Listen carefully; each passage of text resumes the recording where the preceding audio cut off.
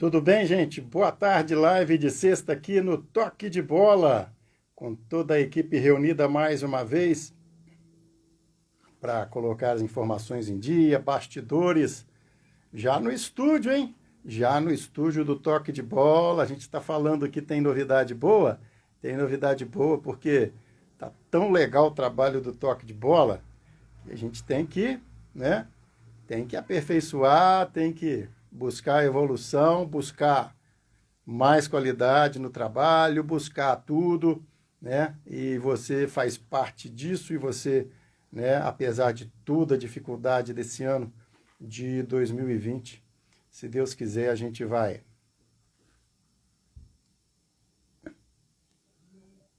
Se Deus quiser, a gente vai aperfeiçoando, vai melhorando e vai apresentando um trabalho aí nessa cobertura do esporte local pelo Toque de Bola.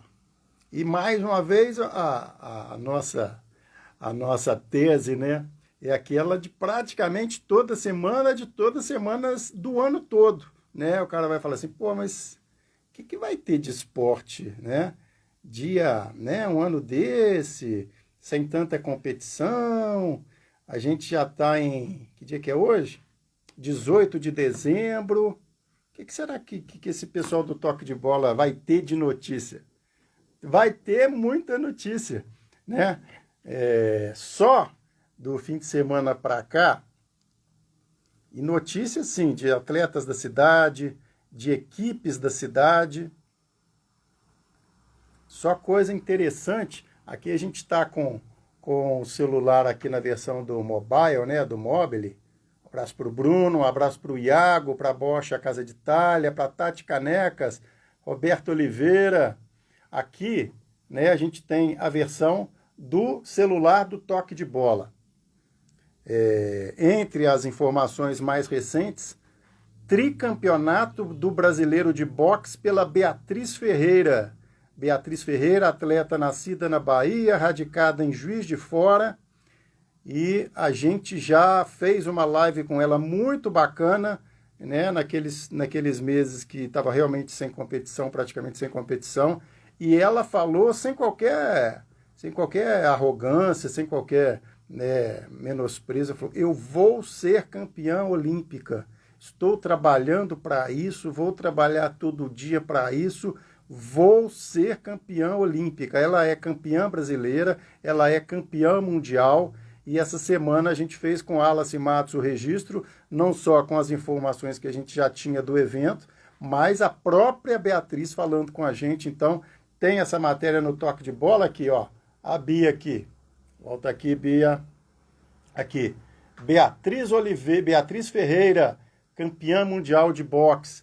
Outra matéria show de bola dessa semana. Essa aqui também, ó, da Série D. Ó, que arte bacana aí que a gente fez.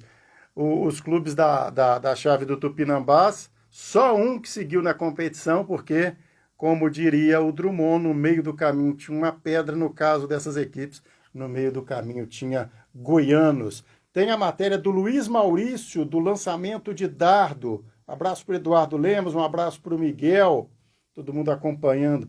Você que está acompanhando essa live, chama as outras pessoas também. Ó, tem a live do Toque de Bola lá, hein? Acompanha. É claro que você pode assistir depois, né? A gente vai salvar o vídeo, vai subir o vídeo para o YouTube, para o Face, né?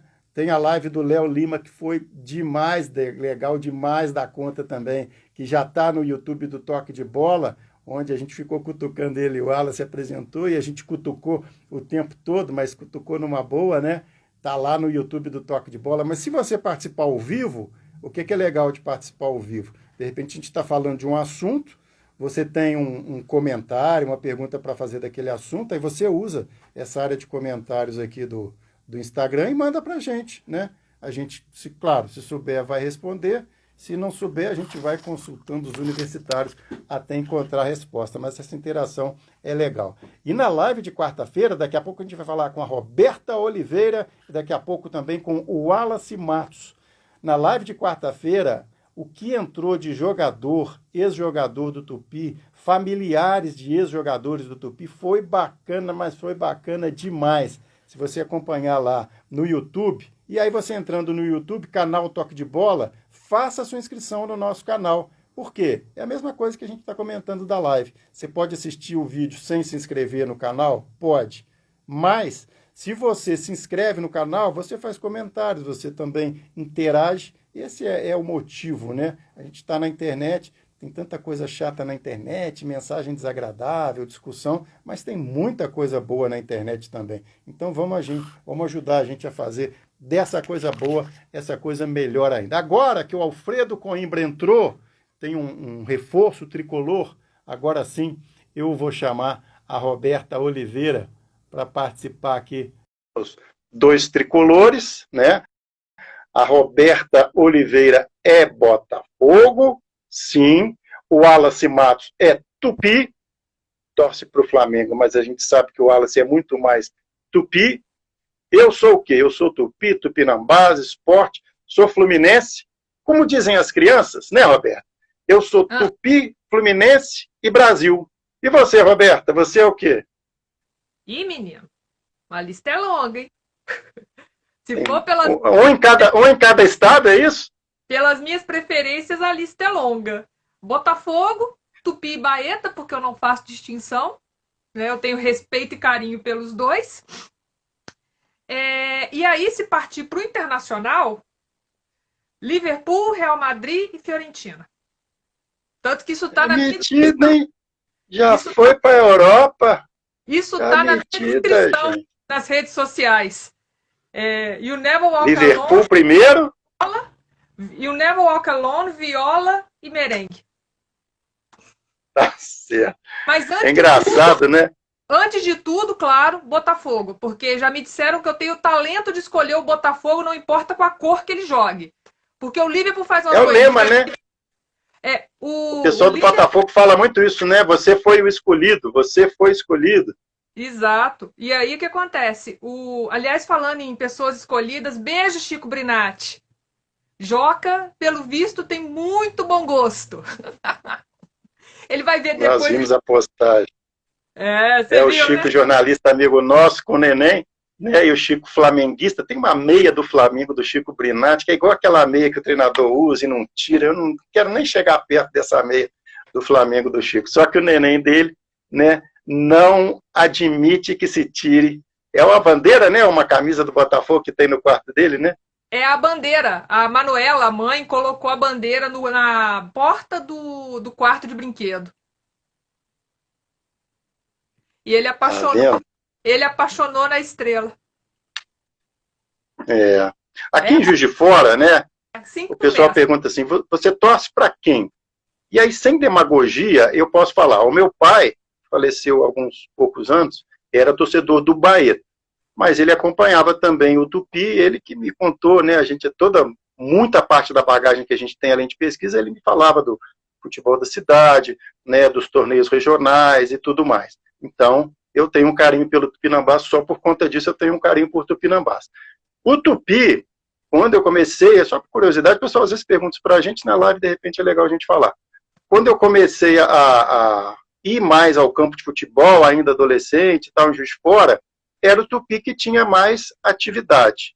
E quando eu comecei a trabalhar na Rádio Solar, que na época eu acho que era Super B3, né, que tem esses nomes que mudam, a gente não lembra exatamente a mesma época, a gente ficou muito tempo fazendo a cobertura do Esporte Clube Juiz de Fora, né, no tempo que tinha cobertura do dia a dia, né, ia no treino, fazia as reportagens, voltava para a rádio, trazendo as matérias no gravador, para a gente editar. Então eu falo sem demagogia que eu gosto do esporte, gosto do Tupinambás e gosto também, e tenho mais proximidade com o Tupi pelo fato de o Tupi ser o clube que está sempre aí, né? Praticamente nesses anos todos que a gente acompanha. O Tupi deu alguma saída de cena aí, mas praticamente, né, se você contar o tempo todo, o Tupi está aí esse tempo todo, né? Então, sem demagogia, eu gosto do Tupinambás, primeiro por causa do meu pai. Eu gosto do esporte porque tinha uma admiração, tenho, né, muito grande pelas pessoas que eram do futebol, do esporte na época. Seu Francisco Queiroz Caputo, seu José Simão, o Dirceu Ciano, o próprio Márcio Guerra, na época, que era o chefe de esportes da equipe, que nunca negou ser torcedor do esporte. E o Tupi, né, a gente também tem um carinho até um pouco maior em relação ao Esporte Tupinambás, pelo fato de ser o clube que está o tempo todo aí na luta, e a gente acaba convivendo mais, torcendo mais, porque, ao contrário do Esporte Tupinambás, ele está aí esse tempo todo. Oi, Roberto, uma das matérias bacanas do Toque de Bola essa semana, né, que você teve a oportunidade de conversar. Só antes Parênteses, vamos lá. Só antes da matéria, se falando dessa ligação familiar, o Botafogo é herança da minha mãe. Meu pai é Vasco. Tanto que eu tenho pequenininha, o mesmo procedimento lá do Chico com o Joca aconteceu aqui em casa também. Eu tenho foto minha com camisa do Vasco, pequenininha. Mas não adiantou, infelizmente. Respeito muito o Vasco, mas acabei indo atrás da estrela.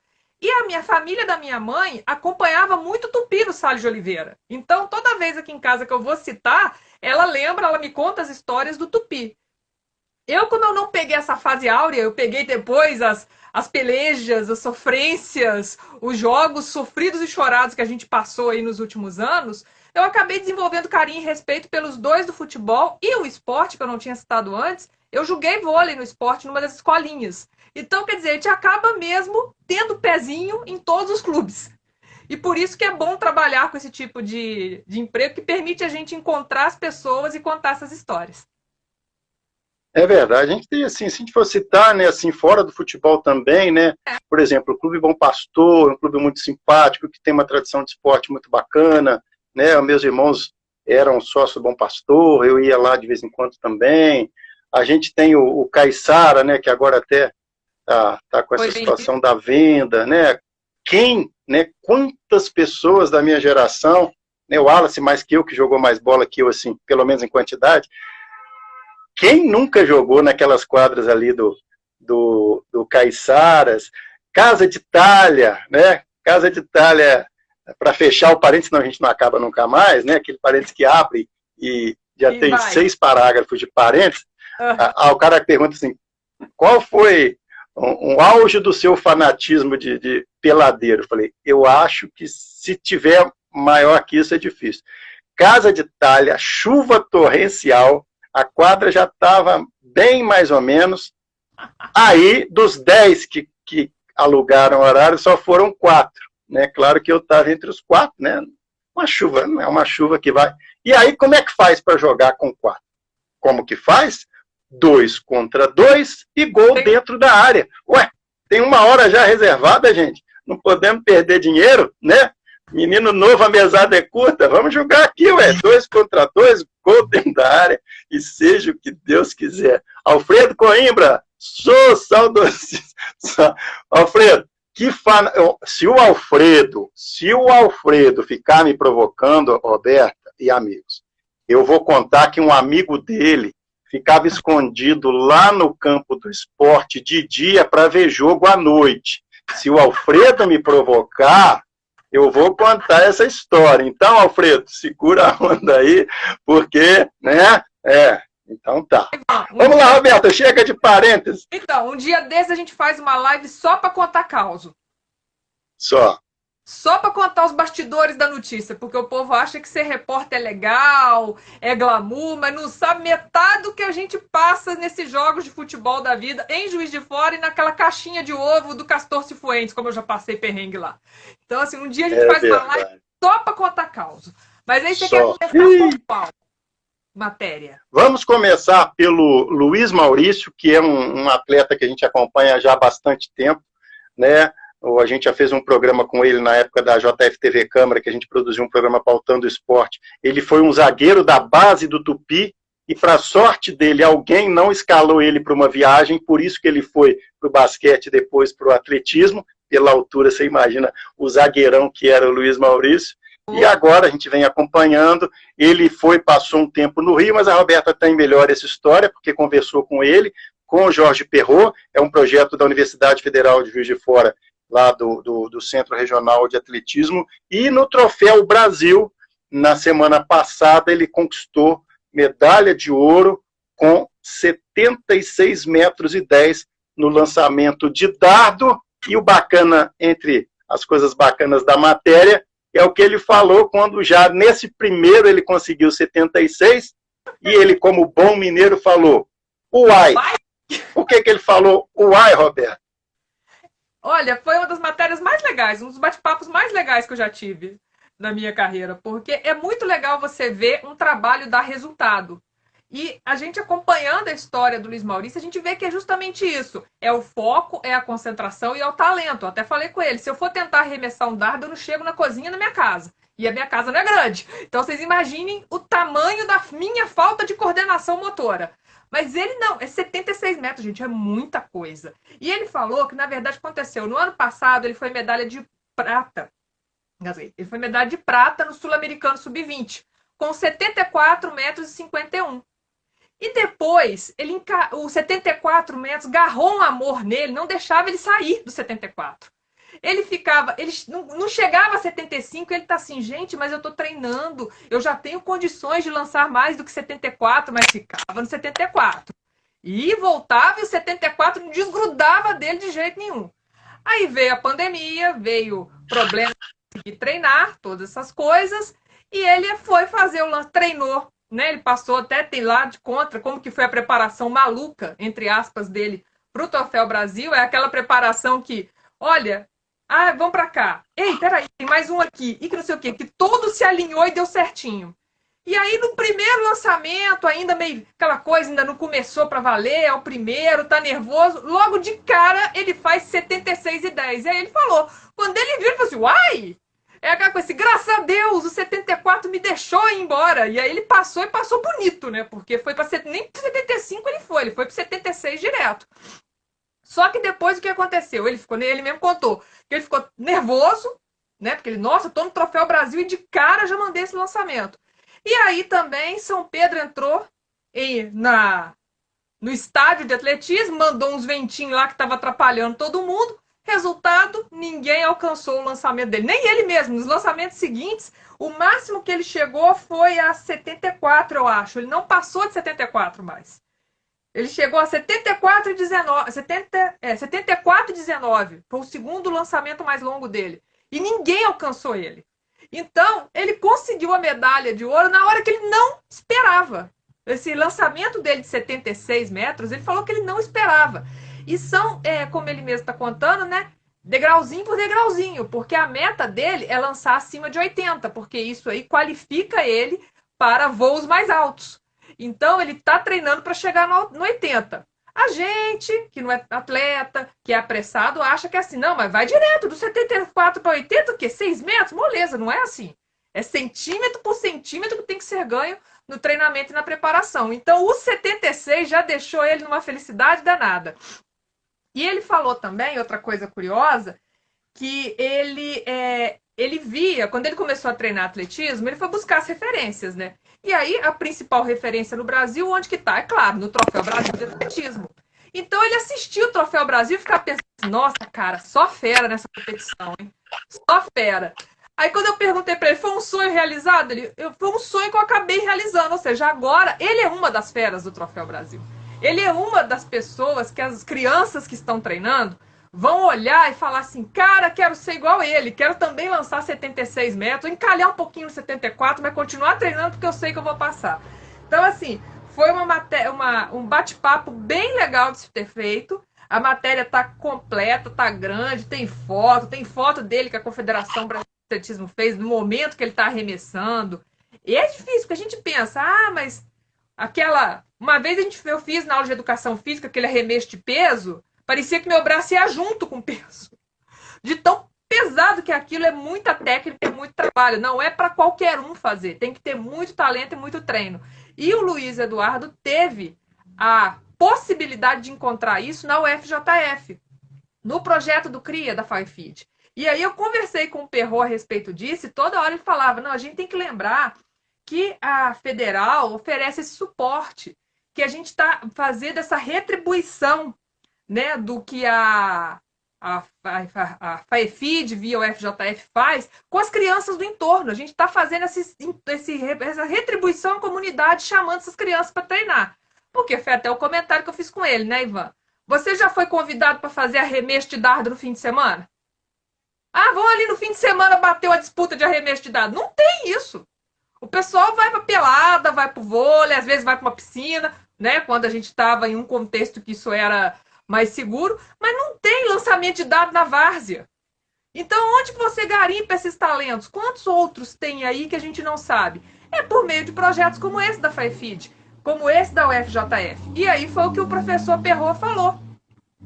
Foram vários fatores que se juntaram. Um menino talentoso, um menino dedicado, um menino esforçado, uma infraestrutura que permite, porque a pista, quem já foi lá na Federal, na parte de educação física, a pista de atletismo é de outro mundo. Tanto que seleções vieram na época da Olimpíada e da Paralimpíada, vieram se preparar aqui. Equipes, o campeão brasileiro, o campeão da Olímpico do pentatlo treinou aqui. Então, foi do pentatlo ou do declatlo, gente, agora eu não vou lembrar. Foi um atleta americano, ele treinou aqui e depois ele foi para o Rio e ganhou a medalha de ouro. Então, assim, aquilo tá lá para não ficar, para ficar parado. A gente sabe que está parado agora por conta das circunstâncias de biossegurança. Mas eles estão oferecendo, por meio desse projeto, todo o saber acadêmico existente na FAIFID, por meio dos professores, por meio dos alunos, porque é aluno de graduação, é aluno de mestrado, é aluno de doutorado, é professor, todo mundo envolvido ali para trabalhar com essas crianças, com esses adolescentes e com outros atletas da equipe. Então é muito legal, em um ano tão complicado, a gente ver um resultado como esse acontecendo. É verdade. O Troféu Brasil foi em São Paulo, né? Foi. O Troféu Brasil foi. Peraí que eu te falo o endereço certinho. Foi em São Paulo, na semana passada. Foi no estádio do Centro Olímpico de Treinamento e Pesquisa em São Paulo. O Troféu Brasil Caixa de Atletismo. Muito legal. Essa matéria está no portal Toque de Bola, né? O Luiz Maurício tem a arte, está no nosso Instagram também, né? E como a gente faz, a gente divulga o link no Twitter, no Facebook, para a gente, né, notificar as pessoas que tem, né, quando tem a reportagem nova, e também no aplicativo. Se você ainda não baixou o aplicativo do Toque de Bola, além de tudo que tem no Toque de Bola de conteúdo, no portal, a gente tem aqui, ó, o aplicativo do Toque de Bola, onde a gente tem aí, tipo um índice das coisas que a gente tem, né? Crônicas exclusivas, site, rádio, podcast, que a gente vai ter um volume maior logo, breve, o Toque TV. O Toque TV, a gente coloca todas as reportagens que a gente faz em vídeo, algumas lives, não todas, só que algumas lives tem coisa mais de momento, né? E aí a gente, eventualmente, pode perder, assim, né? Que é coisa que vai acontecer aquela hora, a gente não sobe, mas tem muita coisa que está no Toque TV. Para quem não viu, tem, por exemplo, na Toque TV, a entrevista do Cláudio Rogel, que é o supervisor do estádio municipal, que está muito boa, onde ele conta a história lá, quando ele jogava no mundo árabe, onde ele era profissional da comissão técnica lá, onde ele tinha as reuniões com os príncipes, né, com a delegação toda, e ficava esperando o envelope, né? Então, mas ele falou que era a luta, tá? Para chegar na hora do envelope, tinha que escutar o príncipe falar de futebol, concordar sem entender nada, como ele mesmo falou, né? Essa é uma das entrevistas que está no Toque TV aqui, ó, no aplicativo do Toque de Bola. Eu falo, mas eu não tenho esse trem. Por que você não tem esse trem? Para você baixar esse trem, né, já que nós estamos em 300 anos de Minas Gerais, é só ir no Google Play, na Apple Store e baixar esse trem. Porque esse trem você baixa rápido. Passam 3 vagõezinhos, você já baixou o trem, né? É o trem de graça, já está baixado.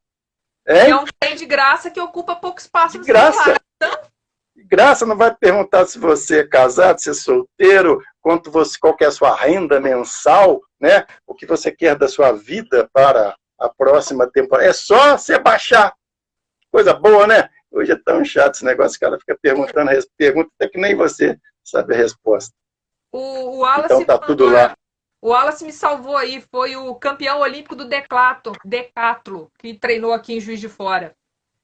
Ele passou o nome Porque dele. Aqui vieram, o Wallace sempre ajuda a gente, que a minha memória toda hora também não é grande coisa. Veio o Canadá, né? Veio uma delegação do Canadá, veio da China. Veio a delegação grande do Canadá, olímpica e paralímpica, se eu não me engano. Vieram alguns atletas norte-americanos e acho que veio a China também. Eu fui lá na Federal nessa época fazer matéria, eu peguei mais os atletas americanos. O Aston estava treinando o dia que estava lá. Foi muito engraçado conversar com ele, porque tanta pergunta para fazer, e é naquela hora que teu cérebro decide apagar tudo que você aprendeu de inglês na vida. Você está na frente da pessoa e você assim, como é que pergunta mesmo aquilo? Foi muito engraçado, porque na hora que ele veio, ele se disponibilizou para a entrevista, ficou todo mundo, um olhando para a cara do outro, o outro olhando para a cara do um, até assim, alguém tem que sair na frente.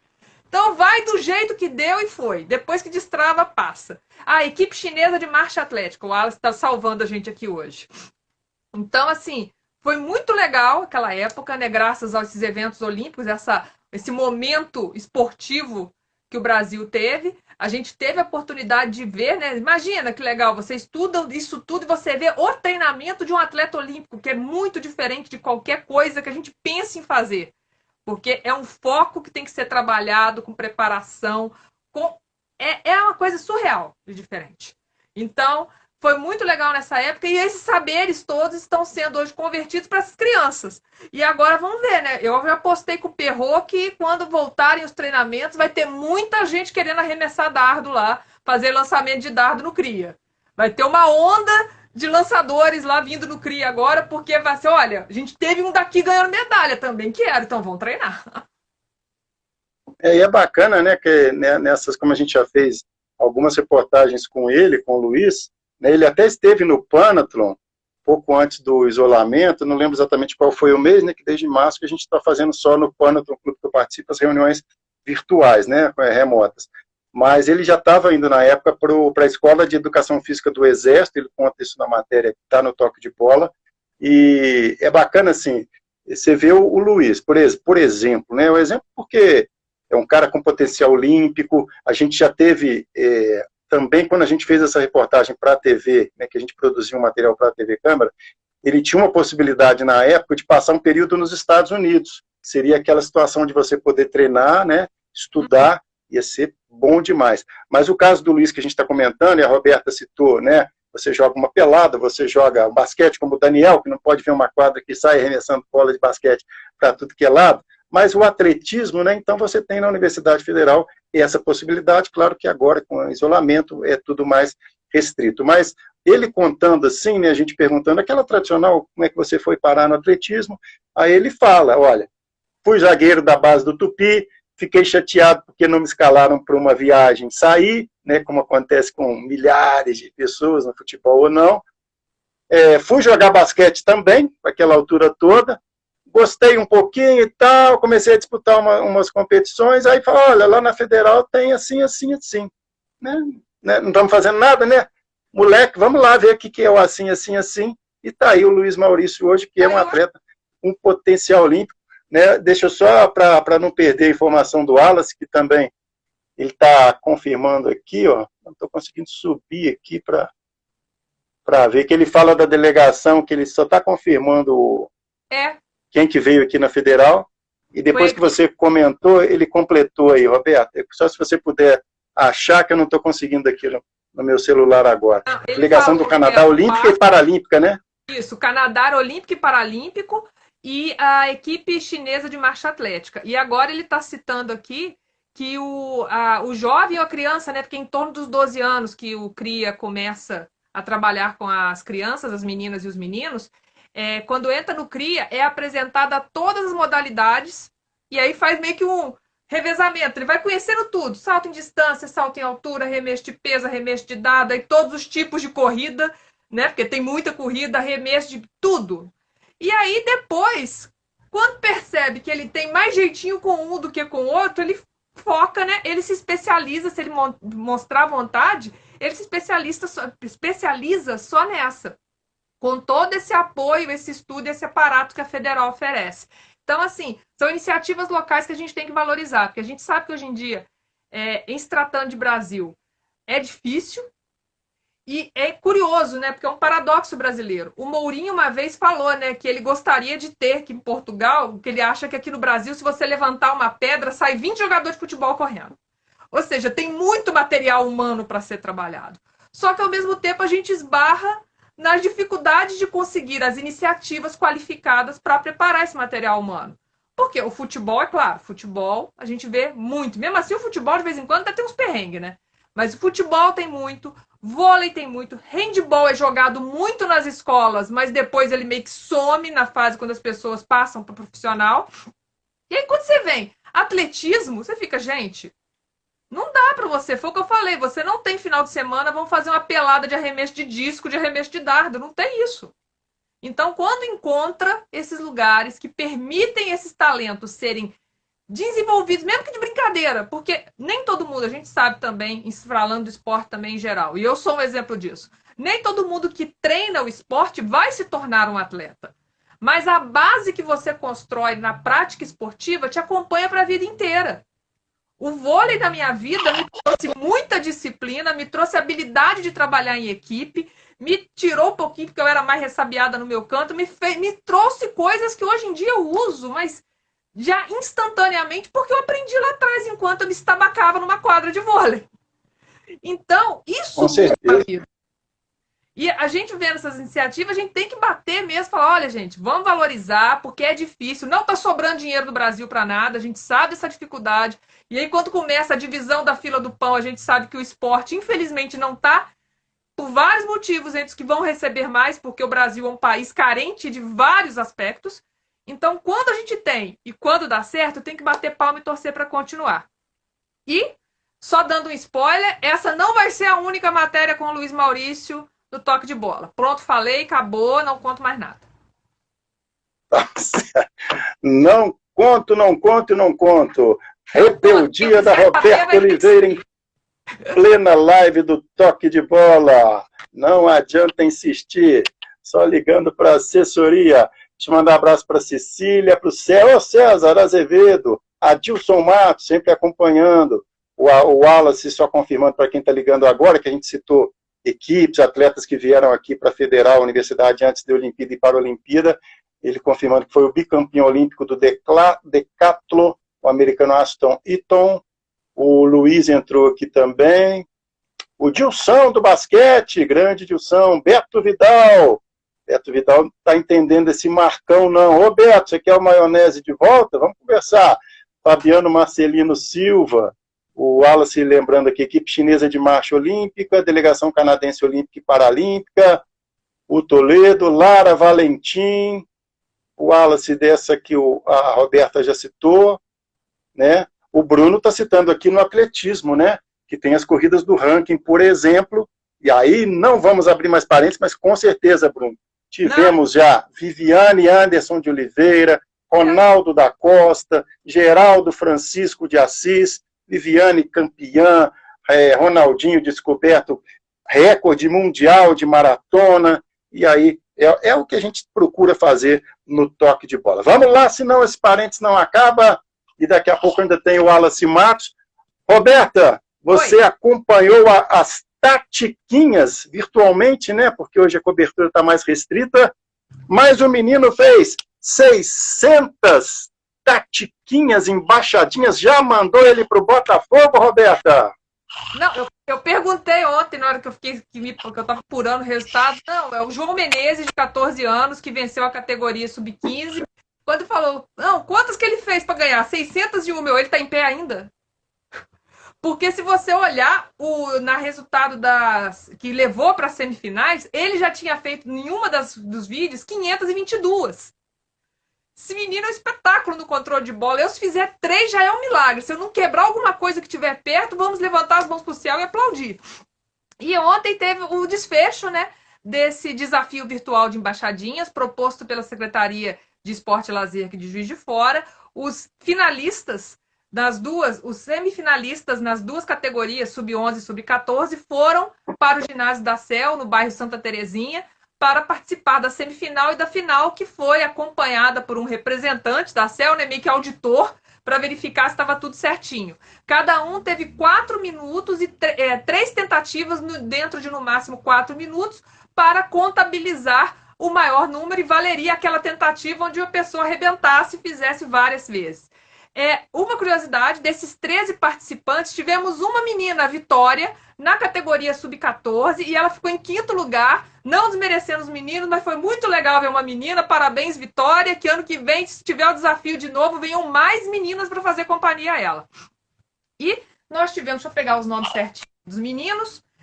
O Marcos Vinícius, de 11 anos, ele foi o que venceu na Sub-11, e foi uma curiosidade assim, porque na primeira tentativa do povo lá, o Elton, que é do Núcleo Esportivo Claudinei Clementino, de 8 anos, ele fez 330 na segunda tentativa. Tem 8 anos esse menino, já fez 300 embaixadinhas. Eu fico espetacular com o controle, com a coordenação motora desse povo, gente. Eu nasci com DNA de pinball, eu não consigo fazer isso.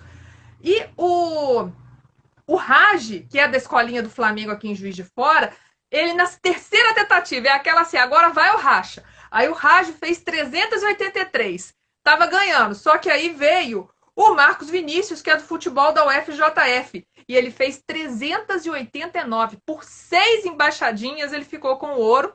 Então ficou o Marcos Vinícius em primeiro, o Raj do Flamengo em segundo, e o Elton, que é do Núcleo Esportivo Claudinei Clementino, em terceiro. E no Sub-15, né, o João não soube brincar com os coleguinhas, né, fez 601 embaixadinhas. Como é que você faz um trem desse, Jesus? Ele foi já na final, ele fez 601, não tem nem como competir. Mas o Gabriel Cabeleira, de 15 anos, do Viana, tentou, tá? Ele fez 566. Eu tô impressionado com esse povo tudo assim. Eu só quero saber se eles tomaram um banho de arnica ontem quando chegaram em casa, pra poder relaxar o músculo depois de ficar fazendo tatiquinha lá sem parar. E o Vitor Hugo, de 12 anos, que é lá do Bom de Bola, do Barreira do Triunfo, ele ficou em terceiro com 218 embaixadinhas. Aí, se vocês quiserem conhecer essa criançada toda, esses adolescentes que fizeram aí ontem, participaram desse desafio, a matéria tá aí do toque de bola, saiu ontem, mas literalmente assim, a bola acabou de quicar, a matéria já estava no site. Foi fresquinho em cima do forno, valorizando aí esses meninos e essa menina que participaram da competição promovida aí pela CEL para, né, incentivar o pessoal a ter um pouco de distração, a praticar um esporte em tempos de pandemia. E teve um detalhe, deixa eu ver se eu acho aqui, que por conta dos vídeos exibidos, porque a inscrição, deixa eu ver se eu acho que eu tinha separado isso, mas sumiu. A inscrição, para quem não se lembra, para escrever nesse desafio virtual, a criança tinha que mandar um vídeo de até 4 minutos fazendo embaixadinhas, e aí o pessoal depois auditou para ver quantos fez em cada um. Por conta desses vídeos, 2 inscritos foram convidados para treinar, fazer peneira em um time. Então, quer dizer, foi um desafio que rendeu além do esperado, né? Porque era chamar os meninos, as meninas, mostrarem controle de bola, mostrarem concentração, mostrarem talento, mas 2 alunos do Bom de Bola foram convidados para treinar, para fazer treinos de futebol lá no Esporte Clube. O Jackson Lima de Paiva e o Pedro Lucas Gregório Campos, de 11 anos, eles foram descobertos por causa dos vídeos que eles postaram para o desafio das embaixadinhas. Então, assim, a gente tá vendo, né, como uma coisa puxa a outra, um esporte puxa o outro. Vamos torcer para que todo mundo aproveite bastante a chance e ver, né, quem sabe ano que vem tem o Desafio das Embaixadinhas 2, a missão. E aí vem mais meninos e meninas mostrando talento, né, porque se contar comigo e contigo, Ivan, acho que não vai funcionar não, né? Eu estou preocupado porque o Wallace, ele vai entrar daqui a pouco e eu estou achando que ele vai contar alguma vantagem de, né? Mas aí se ele falar que fez tantas embaixadinhas, a gente vai pedir um vídeo, né? Vai ter que pedir uma comprovação. Não, é Mas, isso. Como ele é o convidado do segundo bloco, a gente também não pode contrariar, né, Roberta? A gente tem que falar, é verdade, Wallace. Você fez mais de 1000 embaixadinhas, porque senão, né, compromete o segundo bloco da live. Não, né? a gente faz o seguinte, se tiver o desafio no ano que vem e puder inscrever os atletas sub-20, não, sub-20 não. Acima de 25 anos. Se puder, acima de 25, entra o toque de bola todo. Vai o toque de bola todo, mas aí a gente coloca o Wallace como nosso representante e a gente vai lá para a torcida. Se Deus quiser, já vai ter vacina, então a gente vai poder fazer uma aglomeração responsável com cartazes falando vai, o Wallace vai. Agora a mãe dele entrou, então, dona Maria Tereza. Realmente, o Wallace deve ter feito essas embaixadas, a senhora deve ter retratos, troféus, aí, taças aí na casa, né, guardadas pelo Wallace. Roberto, acho que eu vou deixar agora você partir para a sua salada, alimentação frugal, que agora o campeão das embaixadinhas do toque de bola vem aí para o segundo bloco. Muito obrigado. Cuidado com Curitiba e Botafogo, deixe o Isordil ao lado e vamos ver o que vai dar. Aqui em casa nós temos uma política recomendada pelo cardiologista da minha mãe, que foi a mesma recomendação que ele deu que o cardiologista da minha tia deu para ela, que a minha tia torcia para o Cruzeiro, tinha problemas cardíacos, então antes dessa crise, ela não está mais entre nós para ver o que o Cruzeiro está fazendo esse ano, mas antes, quando o Cruzeiro também não estava bom, o médico falava para ela assim, faz o seguinte, abre mão de ver o jogo, só descobre o resultado.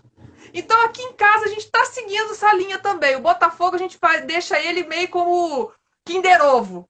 Assim que acaba o jogo eu vou lá, abro o ovo e descubro se a surpresinha é boa ou desagradável. Então espero que no fim de semana ele tenha piedade dos meus nervos. Porque é Natal e eu acho que eu mereço um presente. Eu fui uma boa menina esse ano. Então, parabéns, Rob. Se você chegou a esse grau de evolução de ignorar o jogo na hora dele, você já... Eu nunca consegui fazer isso. O meu time pode estar já rebaixado, como já esteve, infelizmente, mas se ele for jogar lá em sei lá onde, eu quero saber na hora do jogo se ele vai ganhar, se ele vai perder. Deve ser masoquismo, sei lá como é que chama isso. Aqui está funcionando a ordem médica, entendeu? Aqui está funcionando a ordem médica. Ninguém quer chegar num hospital agora e falar atrás do desfibrilador. Qual que é a causa do ataque? Botafogo. Imagina falar isso pro médico. O médico vai olhar pra minha cara e falar assim, não é possível. É possível. Você tá vendo o que ele tá fazendo esse ano? Ele não tem respeito pelos meus sentimentos, pelo meu coração e pelos meus nervos. Então eu tenho que me poupar. Mas aí vamos ver o Wallace, que eu tô doida pra saber quantas embaixadinhas ele fez e pra gente poder já planejar a inscrição dele ano que vem no desafio virtual de embaixadinhas. Tchauzinho, gente. Tá joia. Valeu, Roberto. Obrigadão. Valeu. Roberto Oliveira no primeiro bloco do Toque de Bola, falando um pouquinho das reportagens. Se você quiser acessar as reportagens do Toque de Bola, a gente está fazendo 8, 9 anos, que a gente começou meio que experimental e depois consolidou, né? Mas, por exemplo, no dia 24 de janeiro de 2011, a gente fez um lançamento do Toque de Bola, e eu até estava procurando isso na internet, mas assim, essas reportagens do atletismo, das embaixadinhas, das competições que tem a parceria ou envolvimento da Secretaria de Esporte e Lazer, entra pelo Toque de Bola, pelo portal Toque de Bola, e digita lá na busca, Luiz Maurício, projeto CRIA da UFJF, você vai ver um monte, né, umas grandes assim, volume muito grande de matéria sobre isso. Se você quiser, por exemplo, Copa Prefeitura Bahamas de Futebol Amador, eu quero saber o ano tal, quem que foi o campeão, digita lá pelo Toque de Bola, é bacana você entrar pelo Toque de Bola, pelo portal, não fazer a busca direto no Google, mas pelo portal Toque de Bola. E a gente agradece novamente que no Google, se você digitar Toque de Bola, o nosso portal aparece de cara, o portal, a rede social. Então a gente quer agradecer de novo, a gente vai aumentar, vai evoluir, vai seguir com esse trabalho. E qualquer reportagem que você vê, por exemplo, você não conhecia o Luiz Maurício, né? Ficou sabendo agora que o Luiz Maurício foi campeão do Troféu Brasil. Aí você fala assim, muita gente, claro, não tem obrigação de saber, não conhecia. Mas esse cara é de Juiz de Fora? Quem que é esse cara? Digita lá na busca do Toque de Bola, pelo portal já, naquela situaçãozinha de busca. Bate lá Luiz Maurício, bate lá CRIA, que é o nome do projeto, o FJF, você vai ver. Por exemplo, né, outro exemplo entre tantos, né, daqui a pouco o Wallace vai desvendar o mistério de quantas embaixadinhas ele fez, se é que ele já fez embaixadinha algum dia, meu Deus do céu. Bate lá o Max, esse Max que está no Flamengo agora, é um dos exemplos, tá, gente? Como no Luiz Maurício, tem outros atletas lá da Federal. A gente está citando o Luiz Maurício, mas a gente já fez reportagem com outros, com dezenas de atletas da Federal, com dezenas de professores, além do Jorge Perrot, professor Jefferson Verbena, outros professores que já passaram por lá. Vai na busca do Toque de Bola, a cada reportagem que você encontra, para você ver pelo Toque de Bola mesmo, não precisa procurar em outro veículo, dificilmente, né? Claro, pode ser que algum assunto não tenha no Toque de Bola, mas é difícil do local.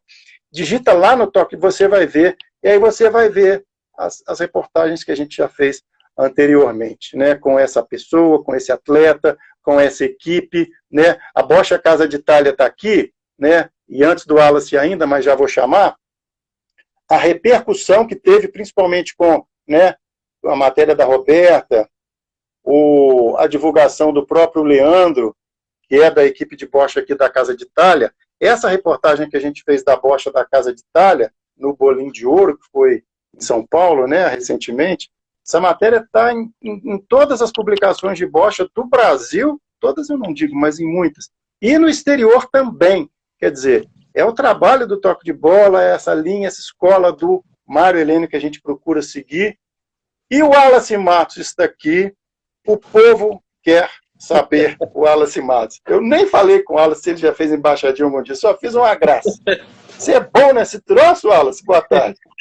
Boa tarde, Ivan. Boa tarde a galera que está ligada aqui na live do Toque de Bola. Ivan, embaixadinha é realmente o meu fraco do futebol. Você pensar numa coisa do futebol que eu não sei fazer direito, é embaixadinha.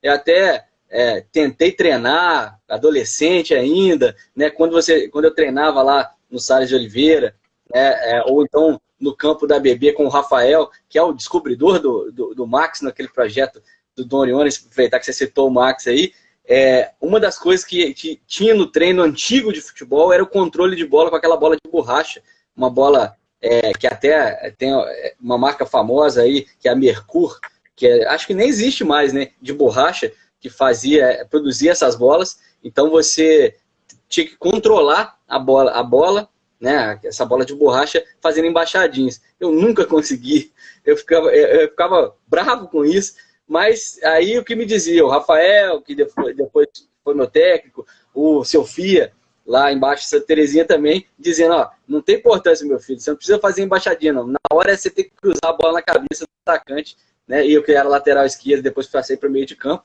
seguia as orientações deles. Então, né, se a Roberta não seguiu com vôlei, se você não seguiu com a embaixadinha, eu jogava minhas bolinhas, né? Tinha dia que eu ganhava até motorrádio, jogava bem pra caramba. Tinha dia que eles queriam me tirar do time, então a regularidade nunca foi meu forte. O que tá sobrando? Eduardo Antunes, pelo jeito, não tem cara também que não joga nada, com todo respeito. Daniel De Filippo. O Dudu é um bom zagueiro, é um zagueiro clássico. É um cara que não dá chutão, sai jogando, mas para habilidade vai ficar difícil. O Adilson está falando que tem que ser bola de meia. O Alfredo Coimbra está falando que é dente de leite. A bola de meia me complica mais porque ela é meio mais irregular do que a outra bola. Então, se eu não conseguir com a bola de borracha, imagina com a de meia. Tem bola de pessoal que abusa, né? Que joga faz tatiquinha com bola de tênis, né? Só para humilhar, né? Ué, tem um pessoal que faz com limão, com laranja, melancia, tudo que você jogar para eles fazem embaixadinha. Eu fico impressionado com isso. Eu ficava muito vidrado com aqueles shows que tinham antigamente nos intervalos, né? O pessoal, o Ricardinho das embaixadinhas ficou muito famoso.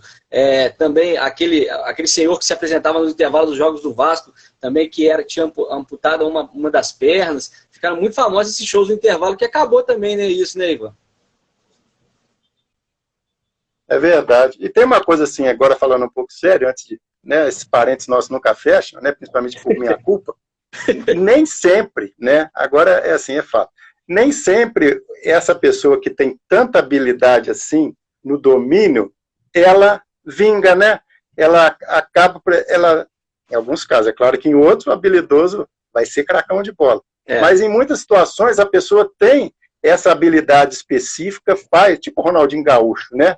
E não é TikTok não, tá, gente? TikTok agora você nunca sabe se esse troço é verdade. Aquele negócio de jogar a bola na trave e voltar, né? Você fica olhando aquilo lá e tal, enfim. Mas falando sério, para fechar esse parênteses, não quer dizer, né, infelizmente, né, ou felizmente, sei lá, que isso vai se tornar um cara profissional, excelente. E a gente tem, mais recentemente, o Foquinha, né? Jogadores que a gente vê em seleções de base, que a gente fala, pô, esse cara vai ser tudo. Aí o cara foi do sub-15, sub-17 do Brasil e nunca jogou bem profissionalmente. Então aí, como se diz por aí, vareia. Vareia bastante, como diria o outro. Vamos lá, então, para as nossas costuras. Entre os muitos destaques do toque de bola, temos a Beatriz Ferreira, campeã mundial de boxe, como a gente já deu, né, uma adiantadinha no que a gente falaria dela, tricampeã do brasileiro e já falou, Wallace, sem qualquer soberba, sem qualquer, né, assim, não tinha nada de menosprezo aos adversários, mas por confiar no taco dela, já falou, vou ser campeã olímpica. Fala um pouquinho, então, desse registro que você fez com a Bia, que a gente fez a live com ela, depois ela teria um período com a seleção, teve a questão do isolamento, mas depois acabou se confirmando, e ela conquista esse brasileiro de boxe, Wallace. Exatamente, 100% de aproveitamento, né, Ivan? Terceiro brasileiro da Bia, terceira vitória no brasileiro até 60 quilos, né, para as mulheres, boxe feminino.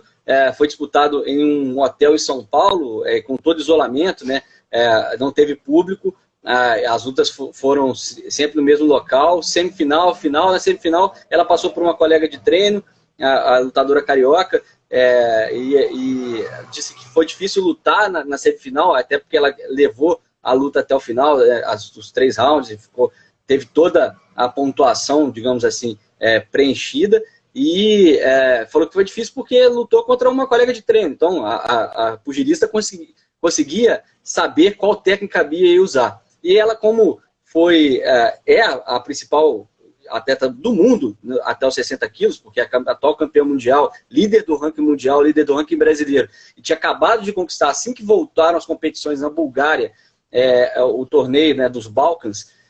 Então a Bia está muito no foco. Ela disse, a lutadora paranaense, a Isabelle, ela vinha observando muito a Bia. Então a Bia tentou fazer algo diferente na final e funcionou. Foi para cima, conectou várias sequências de golpes. A luta durou segundos. Eu estava aqui no sábado, no sábado passado, acompanhando a luta ao vivo. Falei, ué, já acabou? Nem eu sabia direito o regulamento. Mas quando o juiz abre 3 contagens protetivas, aquela contagem que ele olha para a atleta, passa as luvas na camisa e conta na frente dela perguntando se ela está bem, na terceira a luta é encerrada por nocaute técnico, porque o boxe amador, né, o boxe olímpico, ele não tem o nocaute que a gente está acostumado a ver nos pesos pesados, por exemplo, nos pesos médios, também do masculino, aquele que o soco encaixa e a atleta ou atleta cai. Aliás, pode acontecer, né? Mas isso quando o nível é muito diferente, ou quando encaixa um golpe realmente bem ajustado ali no rosto, pode levar o atleta a nocaute. Mas o que geralmente acontece é que o juiz já está mais ligado nessa situação, então ele fica mais próximo das atletas. E quando tem uma sequência igual a Bia encaixou 3 sequências direto, né? Golpes muito fortes na cabeça e no corpo da adversária, que tentava se defender. Tem até uma foto que está na matéria, acessa lá no Toque de Bola, que é a Bia atacando e a paranaense com as 2 mãos aqui. Foi basicamente isso, o round inteiro, os segundos que durou o round da final. Então a Bia estava muito feliz, ela disse, contou dessa estratégia aí, contou que para ela é especial lutar no Brasil, porque ela está acostumada a lutar internacionalmente, e lá fora ela já sente um ambiente completamente diferente do que no Brasil. No Brasil, ela faz a luta com os colegas, né? Com os colegas de seleção, com as colegas de treino, como eu disse aqui na semifinal. Então ela sente uma pressão diferente, uma adrenalina diferente de lutar aqui no Brasil. É legal saber isso, né, Ivan? Que é uma campeã mundial, alguém que conquista títulos internacionais, tem essa paixão por a representar. Ela representa o estado da Bahia, que ela nasceu, está radicada em Juiz de Fora há anos já, com o pai dela, o Sergipe. Aliás, um abraço para o Sergipe, que é a nossa audiência sempre também por aqui no portal Toque de Bola. E ela tem esse orgulho de carregar o estado da Bahia, de representar o seu estado no brasileiro, e está com 100% de aproveitamento, né? Tricampeã brasileira em 3 brasileiras. A Bia está voando e vai chegando para a Olimpíada, chegando mais perto da Olimpíada, ficando cada vez mais favorita a esse ouro na categoria até 60 quilos. Só uma observação sobre isso: agora a Bia está descansando. Ela vai tirar umas semaninhas aí para poder recarregar as baterias e recomeçar os treinamentos. Ela fez, durante essa última semana também, as pesagens e medidas pelo COB, né, o Comitê Olímpico Brasileiro, que tem período, logo depois de uma competição importante, sempre como brasileiro ou torneios internacionais, os atletas da seleção brasileira que participam frequentemente da seleção brasileira. A Bia teve, inclusive, treinando junto com a seleção de luta olímpica em Portugal, naquela Missão Europa, na segunda versão da Missão Europa que o Brasil levou para lá. ela fez as medidas aí essa semana. Então, aí, digamos, entrando em ritmo olímpico, a Beatriz Ferreira para poder lutar em agosto lá em Tóquio. Aproveitando, Wallace, você também acompanha bastante, a gente no Toque de Bola, a gente costuma dizer, acompanha o local, mas é claro que a gente vai monitorando os destaques nacionais e internacionais, mas priorizando sempre o local, porque é o nosso foco aqui. Apesar de toda essa situação difícil que a gente voltou a viver em relação à pandemia, as informações que a gente tem, né, não sei se você tem alguma assim mais recente, mas se tiver não tem problema em atualizar, se a gente não estiver falando corretamente, pelo que a gente acompanhou, a Olimpíada está confirmada, né, para 2021, no meio do ano, e até a questão da tocha, né, pelo que eu acompanhei, confesso que não foi agora, foi há 2 dias, parece que os organizadores estão confirmando que vai haver aquele ritual da passagem da tocha. Você tem alguma informação diferente disso, ou também você tem essa informação sobre a Olimpíada em função desse novo problema que a gente tem vivido em boa parte do mundo aí com as situações de agravamento?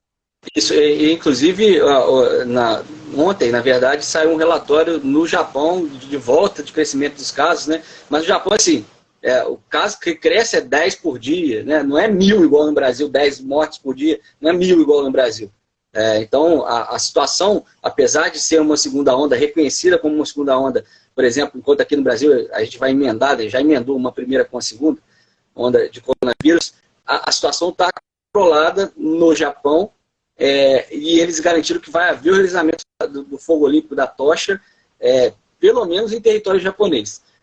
A tocha costuma passar por algumas cidades pelo mundo, ainda não há confirmação desse primeiro revezamento. Ele é aceso em Atenas, né, uma cerimônia até que é transmitida para o mundo inteiro. A gente assistiu essa cerimônia, chegou a acontecer em 2020, mas logo depois disso a gente teve o agravamento da crise do coronavírus pelo mundo inteiro, e aí teve o adiamento de Tóquio 2020 para 2021. Lembrar que continua chamando Tóquio 2020, né? Muita gente vai confundir aí o nome, a Olimpíada continua chamando a Olimpíada e Paralimpíada 2020. Mas as autoridades estão monitorando. A ideia é que se façam os jogos no esquema de bolha, porque não vai haver tempo hábil para vacinação de todo mundo. Porque as prioridades são os profissionais de saúde que estão combatendo a pandemia, os idosos, né, o pessoal de maior de 65 anos. Mas surge uma esperança internacional também, Ivan. A tal da vacina da AstraZeneca, que foi testada, né, desenvolvida em parceria com Oxford, a Universidade da Inglaterra, ela não foi testada para idosos, para maiores de 55 anos. E essa é uma das falhas do processo de testes dessa vacina. Mas essa falha pode ajudar a população mais nova. Por quê? Porque pode-se fazer a imunização de maiores de 65 anos e os mais urgentes com as vacinas já prontas. Aí a gente elenca aqui que a da Pfizer é a que está sendo mais usada, mas existem também a Sinovac, que é da China, e a Coronavac, que é aquela que chegou para o estado de São Paulo, aqui para o Butantan no Brasil, e a da AstraZeneca poderia ser usada por populações com menos de 55 anos, cujas quais ela já demonstrou eficácia e segurança. Então, nesse caso, as Olimpíadas de Tóquio já estão monitorando essa situação para poder, se não for usar massivamente essa vacina, usar nos atletas, em quem vai para a competição, porque esse público, ele atinge, de menos de 55 anos, atinge a ampla maioria dos atletas olímpicos e também de comissões técnicas, né?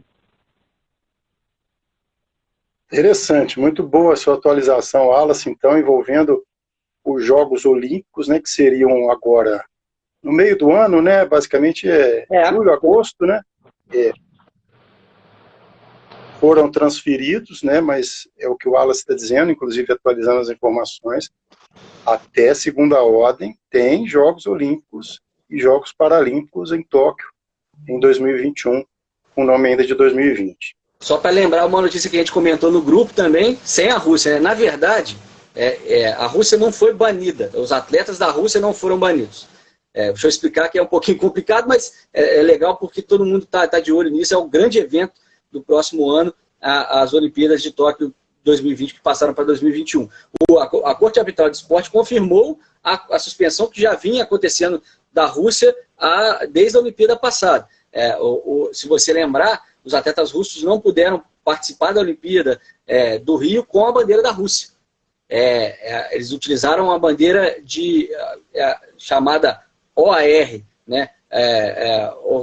São os atletas russos organizados. Algo independente. Mais ou menos, a gente que é mais velho lembra como foi em 1992 em Barcelona, quando a União Soviética estava se desfazendo e as repúblicas socialistas soviéticas, exceto a Rússia, utilizaram uma bandeira do Comitê Olímpico Internacional e disputaram digamos, a competição sob a bandeira da Comunidade de Estados Independentes, que era a antiga União Soviética, acabou vencendo, né, o quadro de medalhas da Olimpíada de Barcelona, né, conquistando, porque aí você tinha várias daqueles atletas que eram super atletas para a União Soviética, você tinha competindo com a SEI. E a Rússia está competindo sob uma bandeira, os atletas russos estão competindo sob essa bandeira desde a Olimpíada do Rio de 2016, que os atletas olímpicos russos organizados. Então, o CAS confirmou que isso vai ocorrer até 2023. E isso inclui também a Copa do Mundo de 2022 no Catar. A Rússia, se classificar, o time russo não pode usar símbolos do país, bandeira, e nem pode tocar o hino em nenhuma das competições. Ou seja, o atleta ele não está impedido de participar da Olimpíada e nem as equipes estão impedidas. O que está banido, por enquanto, é a utilização da bandeira e símbolos da Rússia, das federações russas, e a execução do hino, caso conquistem uma medalha de ouro. O que isso muda efetivamente? Agora, para participar de Olimpíadas e competições, quem tem que provar que está limpo, porque o esquema russo era um esquema estatal e envolvendo várias federações. Aliás, se você quer saber um pouquinho mais sobre isso, assista um documentário bacana que tem na Netflix, está disponível em várias plataformas aí, que chama Icarus, que é um ciclista amador, ele esbarra nesse esquema da Rússia, e é ele que em 2015 acaba denunciando o que estava fazendo o Comitê Russo, né, para poder esconder o doping. Na verdade, a agência russa de dopagem, antidopagem, estava escondendo o doping dos próprios atletas. E aí tem coisas do Arco da Velha, tem o ex-diretor do laboratório que fazia isso, que desenvolvia isso, o Gregory Rodchenkov, está hoje foragido, né, ele fica escondido nos Estados Unidos, ele está sendo ameaçado de morte na União Soviética, na Rússia, né, na verdade. Esse doping já vem de tradição desde a União Soviética, tinha parado de acontecer e voltou de novo sob a égide do Putin. Então, é muito interessante que você assista esse documentário. E isso foi denunciado em 2015, gerou essa punição já em 2015, no final de 2015. O Icarus é de 2017, o lançamento do documentário, e aí a gente ficou sabendo detalhes de como isso era desenvolvido, e a Rússia está agora sendo confirmada a punição aos atletas russos na Olimpíada e na Copa do Mundo. E agora, todo atleta russo que quiser competir, ele, ao invés da WADA, né, que é a entidade internacional que testa os atletas antidoping, né, que vai atrás dos casos de possível dopagem, a WADA ela não vai testar os atletas russos. Agora, eles é quem vão ter que comprovar com testes particulares, testes independentes. E aí tem algumas entidades que podem fazer, não é nenhuma entidade russa está credenciada, que pode testar e fazer uma espécie de passaporte para o atleta comprovar que ele pode competir nas Olimpíadas, e isso vai ocorrer também com a seleção russa de futebol. Tá, então, bem explicado também. Essa informação foi divulgada ontem, né, no horário brasileiro, foi praticamente junto com a votação que estava ocorrendo de melhor do mundo e tal. Então, ela, pelo menos naquele momento, ela não teve tanta repercussão, embora seja muito importante, porque estava todo mundo naquela expectativa, né, porque estava tendo eleição, aí foi, primeiro, né, por diversos o gol, questão do melhor jogador. Então, essa notícia acabou meio, né, que diluída ontem, em função da popularidade, fica todo mundo curioso para saber. O Toque de Bola também acompanhou a votação, divulgou nas redes sociais. Então, acho que foi legal o Wallace esclarecer alguns detalhes aí. Mandar um abraço para a turma aqui, antes de dar sequência para falar do JF Vôlei, que saiu a tabela da Superliga B. Renan está aqui, Wagner, Lucas, Alexandrino, Luiz Fernando Freitas, o Claudinho, o Pedro, o Celestino, o Alfredo Coimbra está lembrando aqui, a gente está falando do controle de bola da Milena, que casou com o Ronaldo. Ei, Alfredo Coimbra, hein? Tá lendo quem? Tá lendo Caras? Ah, Alfredão! Viu, Moisés? Para ler também entrou aqui com a gente, Pedro Augusto, todo mundo acompanhando a live do Toque de Bola. De ontem para hoje, né? Ontem à noite, e o Toque de Bola, ontem à noite mesmo já sapecou no nosso portal, saiu a tabela da Superliga B, né? O JF Vôlei já tinha manifestado que ia participar, sem problema, já fizemos as matérias das chegadas dos reforços e tal, depois uma apresentação do elenco, e agora o Wallace veio acompanhando mais de perto, em função do que poderia ser a disputa, aquela velha história agora que está muito na moda, expectativa e realidade. Como é que foi, Wallace, quando a Superliga B pela Confederação divulgou a tabela? A realidade estava dentro da expectativa ou não? Então, quase que não, viu, Ivan?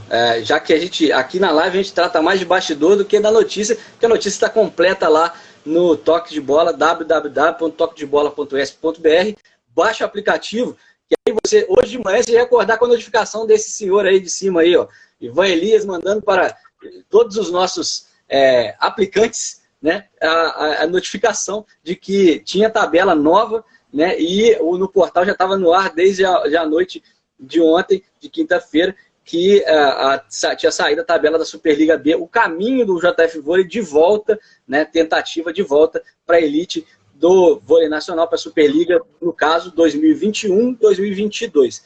A competição começa dia 23 de fevereiro de 2021, né, então é logo no iniciozinho do ano, por isso que a preparação já começa agora, né, já começou em novembro com as contratações, em dezembro, agora no início de dezembro com a apresentação oficial, e agora em janeiro o pessoal do JF Vôlei vai correr atrás de amistosos, né, o Ivan, porque para preparar, para chegar preparado, vai ser difícil fazer esses amistosos, porque estamos vivendo essa crise do coronavírus, então impede bastante a locomoção, ainda mais de delegações, né, que vão 20 pessoas, 25 pessoas, assim, tudo bem que não é um ônibus lotado, é um micro-ônibus, mas é algo que realmente complica.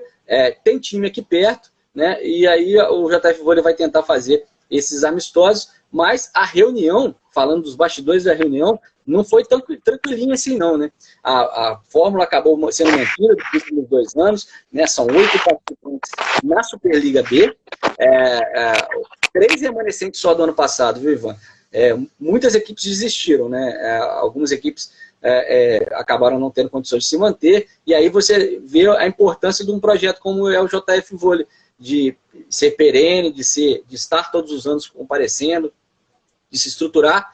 O Maurício até destaca isso para a gente em algumas matérias, né? Falando da base, falando da estruturação do projeto, que foi o que aproveitou o JF Vôlei para fazer durante essa parada forçada pela pandemia. Então, só permaneceram da Superliga B do ano passado o JF Vôlei, né, o Brasília UPS, do Distrito Federal, e o Anápolis Vôlei de Goiás.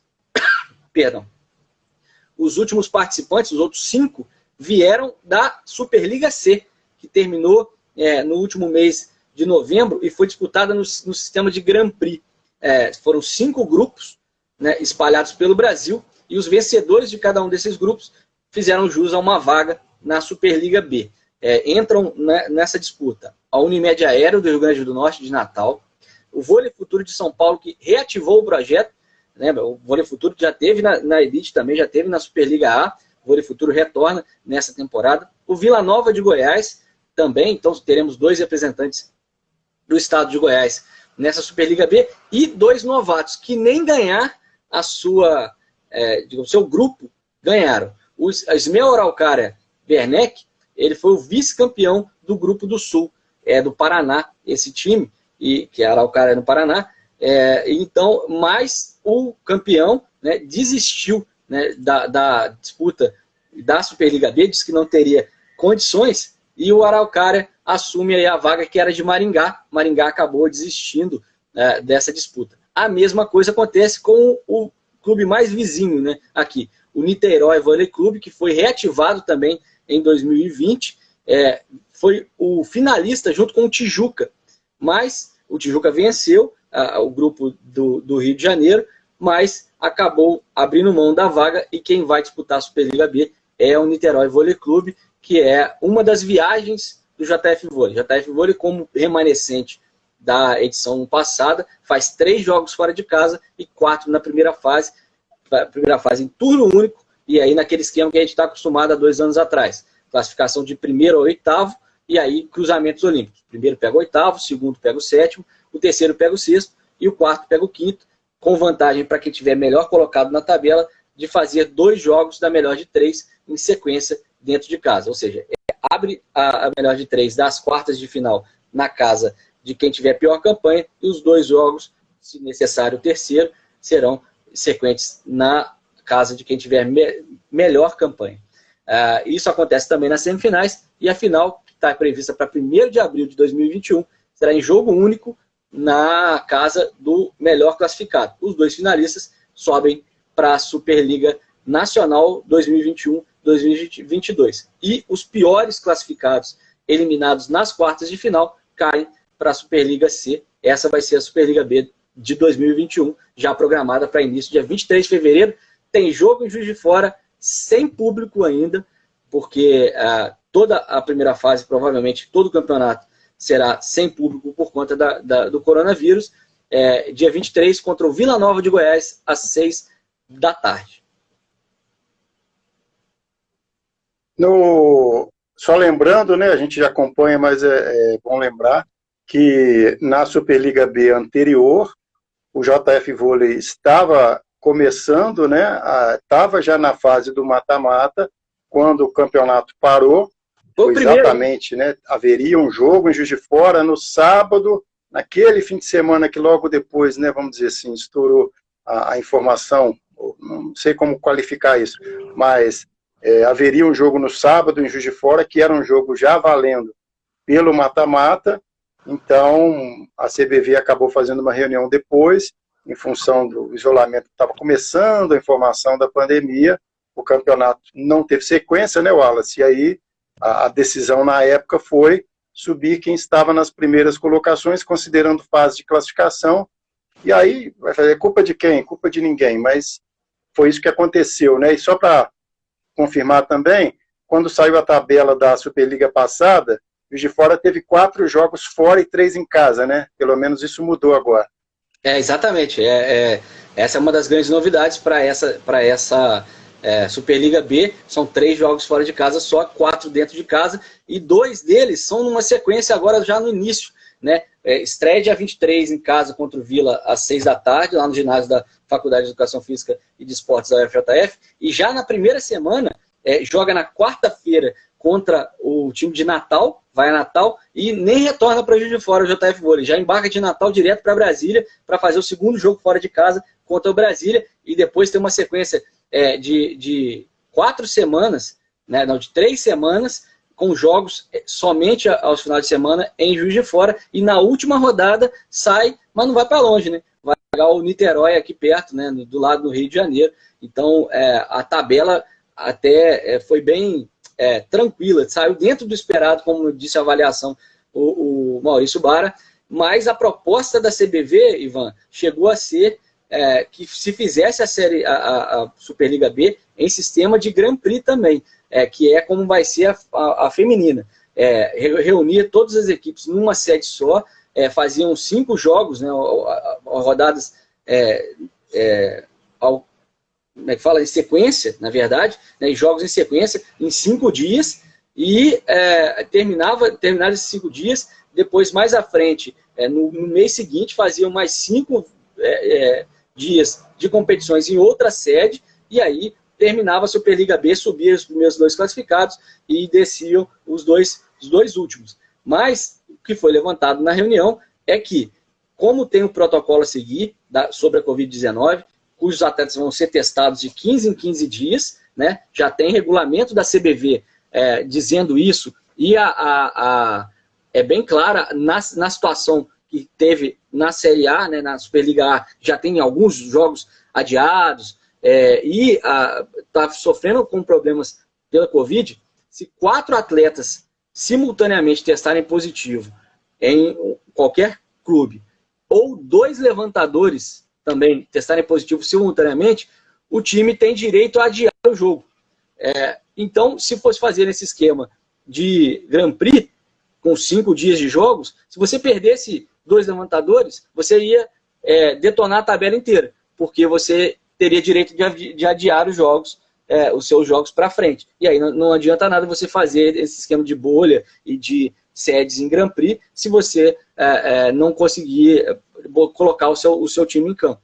Então, isso foi discutido, foi muito debatido, a CBV bateu o pé, a CBV queria que fosse dessa maneira, mas os times conseguiram demover essa ideia e aprovaram a fórmula com 8 rodadas e quartas de final, semifinal e final.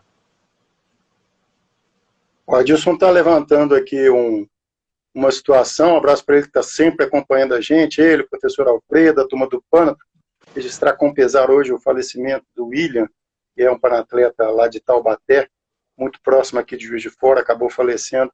Os nossos sentimentos, então, a todos os amigos, familiares do professor William, que era uma figura muito importante no nosso Panatron Clube Juiz de Fora. O Adilson, que é o presidente da Liga Juiz de Forana de Futsal, está sempre acompanhando a gente, está tocando na questão do local, Wallace, de ginásio. Lembrando que a gente tem o ginásio da Universidade Novo praticamente pronto, a gente teve já a retomada das obras do ginásio municipal, aquele mesmo ginásio que começou há muito tempo, ainda não conseguiu ser concluído, e tem o ginásio onde o JF Vôlei vem, nos últimos anos, atuando, vamos chamar de, não é ginásio velho, o ginásio atual, né? O ginásio do Centro Olímpico da FAEFID. Por enquanto é no Centro Olímpico da FAEFID mesmo, até pela ausência de público, né, Ivan? Não faz sentido levar para um outro local e ter novos custos por conta da ausência do público. Na verdade, seria melhor e com muito mais conforto para o público em si, porque a quadra de jogo do ginásio da FAEFID, ela atende amplamente, completamente as necessidades do JF Vôlei, e aí o ginásio municipal que ficaria pronto, né, que ainda está em obras, ainda é uma possibilidade um pouco distante, e o novo ginásio que já está pronto ainda não foi inaugurado oficialmente pela Universidade Federal de Juiz de Fora. A gente acredita que isso só será possível, uma inauguração assim, quando puder colocar a gente, né? Quando puder ter presença de público, aliás, porque o ginásio ele é feito para isso, né? Para atender aos alunos da UFJF e também a comunidade nessa parceria que a UFJF mantém muito bem, e a Faculdade de Educação Física é um dos símbolos dessa extensão, né, dessa aproximação da UFJF com a comunidade do entorno e de Juiz de Fora inteiro. Então, provavelmente, isso vai ser feito quando puder ter presença de público. Então, o que a gente imagina é que ainda tenha um ano aí para poder abrir as portas de verdade desse ginásio. Falar um pouquinho de outro bastidor, o Maurício e o JF Vôlei falaram na apresentação oficial da equipe que estão tentando viabilizar e, em conjunto com todo mundo lá da CBV e de outros times, as transmissões, porque isso vai depender de cada clube. E aí a CBV não sinalizou nada nesse sentido por enquanto. Cada time vai ter que viabilizar sua própria... o famoso dar seus pulos para poder transmitir as partidas e mostrar para o seu público que não vai poder estar no ginásio o trabalho e os jogos do time em quadra. A gente fica bem ressabiado com isso, porque a gente sabe que uma transmissão não é mole, né? Você já transmitiu vários jogos da JF Vôlei, sabe o trabalho que dá estar no ginásio, o número de pessoas que mobiliza, o número de técnico, né? O que precisa de técnica para poder fazer isso. Então, a gente está bem preocupado em não poder ver, principalmente jogos fora de casa do JF Vôlei. É verdade, a gente transmitiu, né, para quem não não acompanhou muito, a gente não tinha o direito das imagens por questões né, de contrato com a CBV, era com o sistema Globo, né, aberta, principalmente Sport TV, depois de um tempo a Rede TV também passou a transmitir jogos, deu uma confusão danada, porque a Rede TV tinha jogo de futebol e parava o jogo de vôlei no meio, o pessoal ficava numa alegria tremenda, né? O jogo ia para o quinto set, ninguém sabia quando terminou o jogo, mas enfim, vamos ver. Por falar em vôlei, a gente vai ter reportagem do Toque de Bola da seletiva que o Clube Bom Pastor está promovendo de vôlei. Um abraço para a turma lá do Clube Bom Pastor, para a nova assessoria lá da Jéssica, a turma do marketing, ao novo presidente Gustavo, ao nosso Tidinho, que é nosso companheiro também do Panatlon. Então a Roberta já encaminhou a reportagem com o Tidinho. Rodrigo entrou aqui também, falando em atletismo. O Rodrigo também mandava bem demais, deve estar mandando ainda no atletismo do Jogos SESI, um abraço para ele. Para a gente fechar, Wallace, do Toque de Bola, para quem está acompanhando só agora, essa é a live do Toque de Bola de sexta-feira. Se você perdeu, a gente já teve um primeiro bloco com a Roberta Oliveira, onde a gente destacou o ouro no Troféu Brasil do Luiz Maurício, que é um atleta aqui da cidade, que treinou recentemente na Escola de Educação Física do Exército. A gente já destacou o concurso das embaixadinhas, tatiquinhas, o nome das ferinhas, os nomes deles estão todos na reportagem do Toque de Bola. Um abraço aos professores, né, que participaram também com seus alunos, Projeto Bom de Bola, turma do Viana, turma do Dom Pedro, enfim, a comunidade esportiva que está sempre acompanhando a gente aí, os parabéns também do Toque de Bola e também para a Secretaria pela iniciativa, né, no meio dessa situação de tanta limitação, a embaixadinha caiu bem. Não sei se quebrou vidro, né, Wallace? Se amassou porta por aí, né? Isso o Toque de Bola não mostra, né? Se fosse eu, com certeza tinha. Gente, esse pessoal fanático, eu não vou nem falar nome, mas sabe aquele negócio de cama beliche, né, que tem em cima e embaixo? Aquilo dá um gol a gol espetacular, né? O problema é que fica a marca da bola tudo na parede, provavelmente depois você deve apanhar um pouquinho, isso em outros tempos, né? Mas era bom demais, você ficava a noite inteira, fechava a porta para os pais não escutarem, o que vocês estão fazendo aí? Nada não, né? Não tinha celular na época, e cada uma bicuda na parede, ficava tudo marcado depois. Que maravilha! Ei, raiz, hein? O professor Alfredo bateu muito isso. Controle com gol de cama beliche, que maravilha, hein? Vamos falar um pouquinho do Baeta. Você falou do grupo do JF Vôlei na Superliga B, eu estou lembrando do Baeta, Clube de Brasília, Clube de Goiás, vamos ter uma Série D na Superliga B, Wallace Matos. Pois é, o pessoal de Goiás meio que não gostou muito daqui, do grupo do Baeta, não, né? Saiu eliminando geral, restou só o Brasiliense, e aí o Baeta, a gente sabe que foi eliminado com uma goleada que acabou sendo construída com naturalidade pela Aparecidense, né?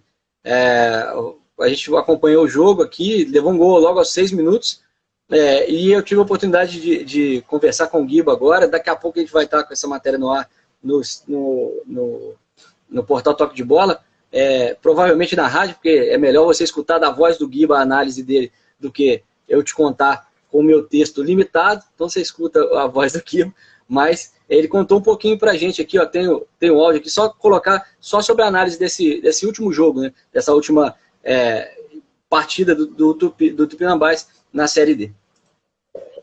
Bom dia, Wallace. Tudo bem?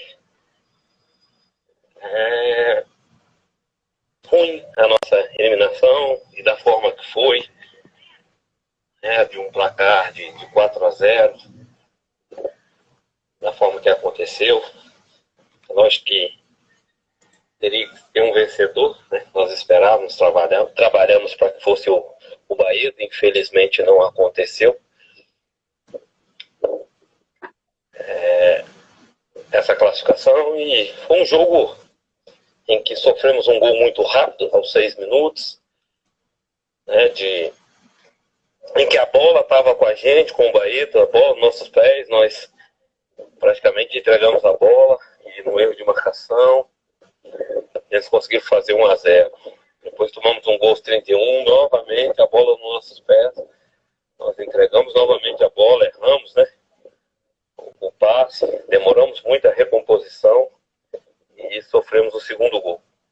E aí nós tentamos no segundo tempo, fizemos algumas mudanças para que nós pudéssemos pelo menos pressionar um pouquinho mais a Aparecidense para tentarmos pelo menos um empate, conseguir um empate.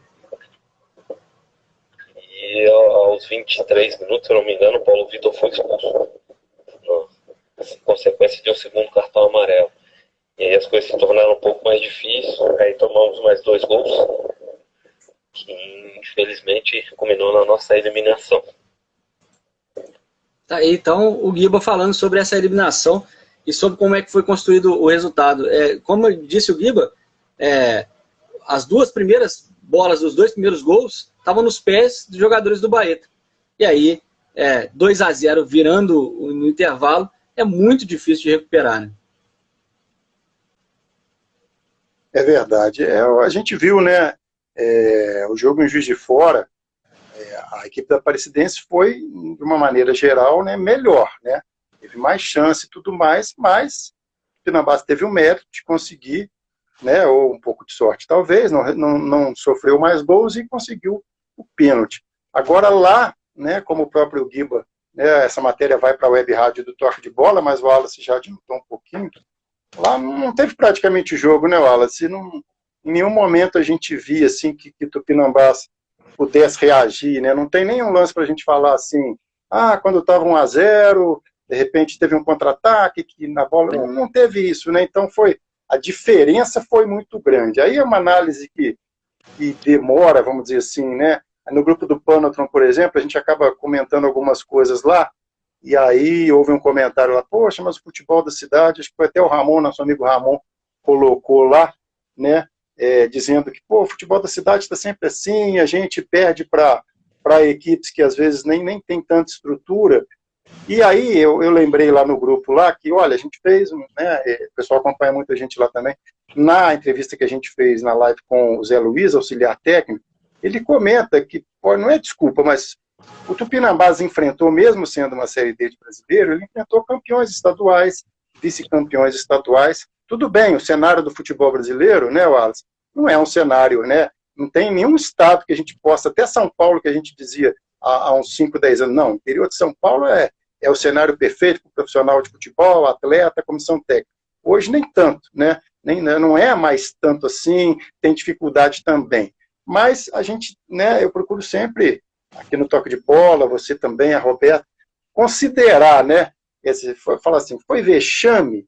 Se você falar placar de 4-0, não tem como sair da palavra vexame, né? Qualquer derrota por 4-0, futebol não tem muito, né? Às vezes o Fernando Diniz fica falando, quando a bola entra, vocês falam uma coisa, mas a bola entrar é fundamental, né? É fundamental. Vamos voltar com aquela história que o gol é um detalhe. Então, o placar de 4-0 é feio, sim, é feio, né? Mas vamos tentar enxergar, não sei, olha, o Tupinambás avançou na primeira fase, né?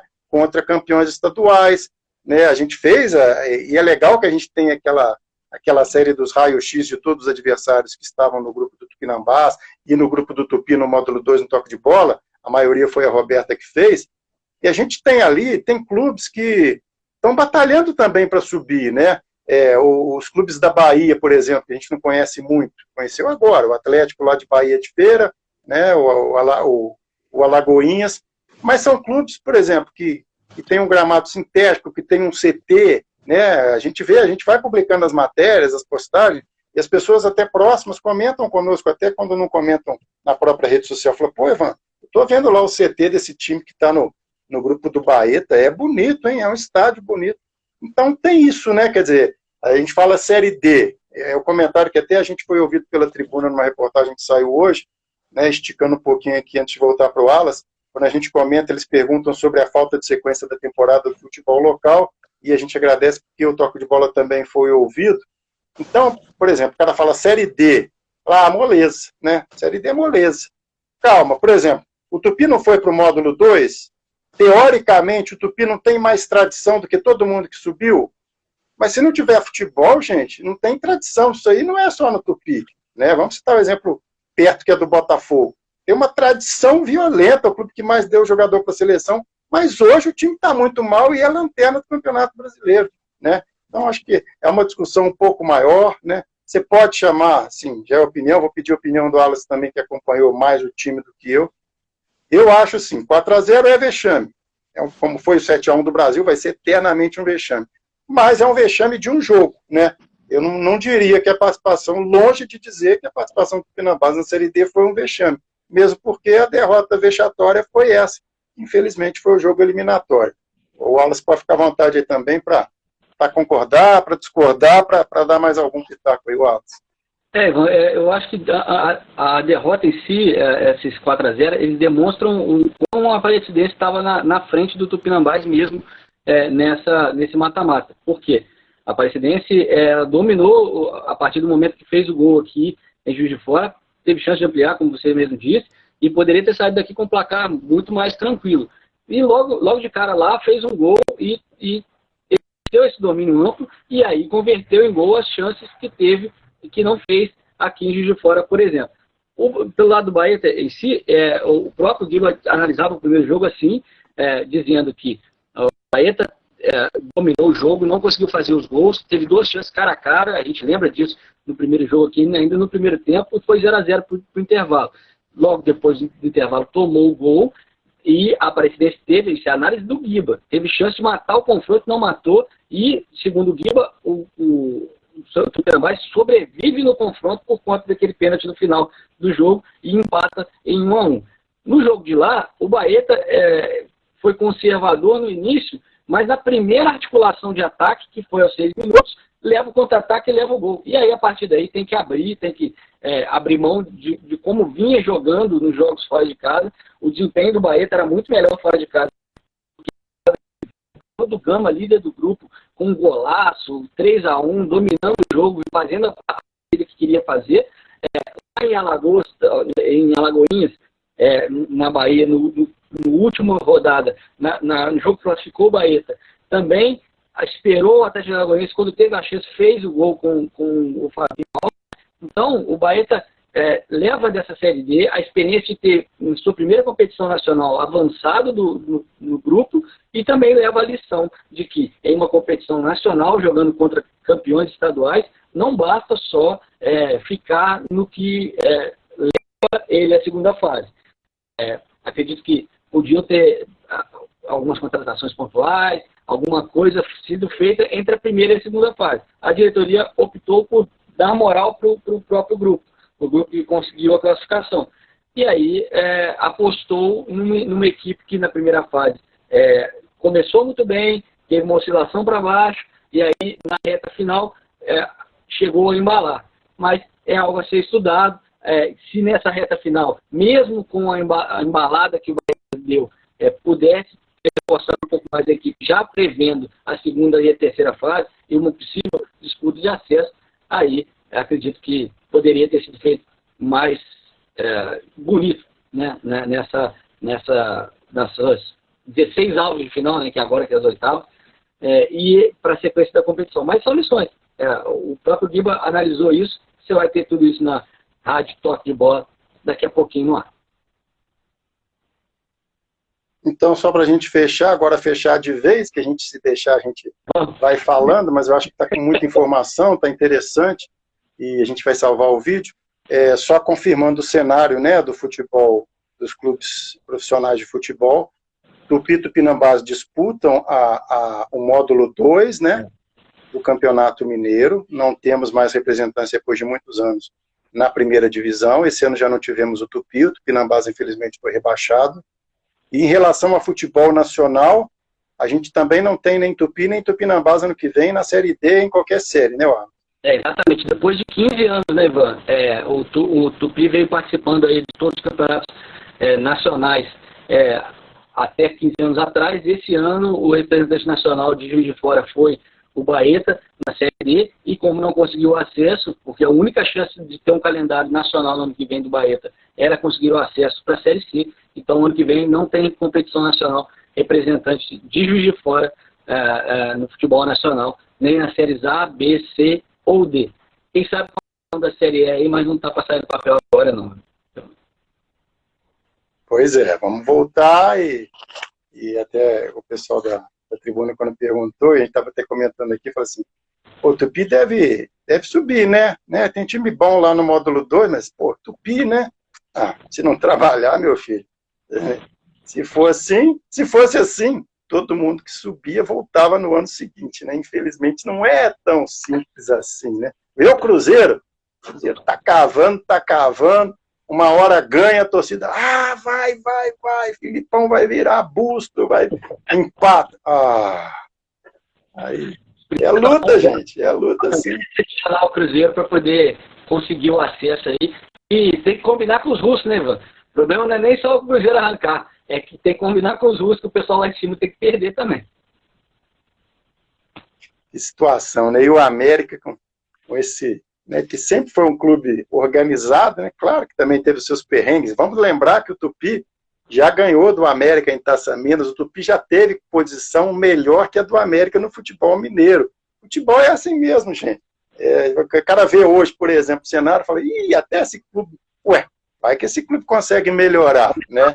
Então, acontece, o Tupi já ganhou Taça Minas perdendo aqui a final, porque tinha ganho lá em Belo Horizonte. Quer dizer, olha para você ver o cenário.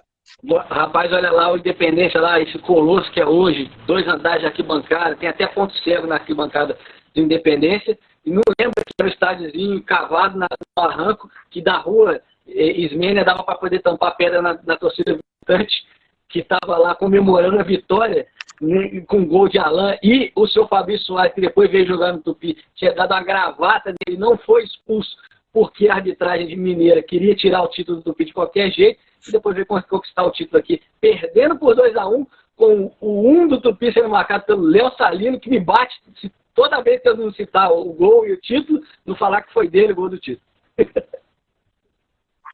Com certeza. Wallace, valeu então. Vamos comer uma salada, né? E daqui a pouco a gente volta lá para as costuras aqui do Toque de Bola. Exatamente, Ivan. Um abraço a todos ligados na live do Toque de Bola. Se liga que tem muito mais coisa. Não acabou o ano pro Toque de Bola. Aliás, não acaba nunca. A gente não para nunca. Não para não. Esse povo tem problema. Esse pessoal tem problema de cabeça. Tem que fazer um exame detalhado. Esse povo do Toque de Bola tem problema. Eu não sei, né? O nome varia. Tem gente que chama de faniquito, tem gente que fala que bicho carpinteiro. O nome certo eu não sei. Cientificamente deve haver um nome mais bonito para isso. Mas esse povo não tem jeito, viu, Wallace? Valeu, muito obrigado, muito boa. Aí o Wallace, que era a nossa esperança na embaixadinha, mas falou também que nunca conseguiu fazer nada na embaixadinha. Nós estamos enrolados no toque de bola. A gente só vai cornetar, porque para a prática mesmo está danado para esse toque de bola ter sucesso. Então o Daniel acertar, né, um arremessozinho de 3 a cada 3 anos, tá bom demais, Daniel. Um dia você chega lá no draft da NBA e vai contar que você passou para jogar num daqueles times. O apoio do Plasc, da Santa Casa e do Projeto Cidadão Consciente da Hiperrol Embalagens, e logo, logo o Marcelo Pedretti também vai anunciar a parceria bacana aí, e a gente vai poder divulgar no Toque de Bola. Muito obrigado, subindo esse vídeo agora para as nossas redes sociais. Clóvis entrou aqui também. Clóvis que prometeu uma medalha para o Memorial Carijó do Léo Lima. Se você não assistiu, né, a live de quarta-feira, vale a pena você assistir no Toque de Bola. Tá legal? Deixa eu fechar esse vídeo e mandar um ótimo final de semana para todo mundo. Tem live ainda na semana que vem para a gente poder mandar as mensagens para você de final de ano. Vamos fechar aqui esse vídeo do Toque de Bola. Vamos lá?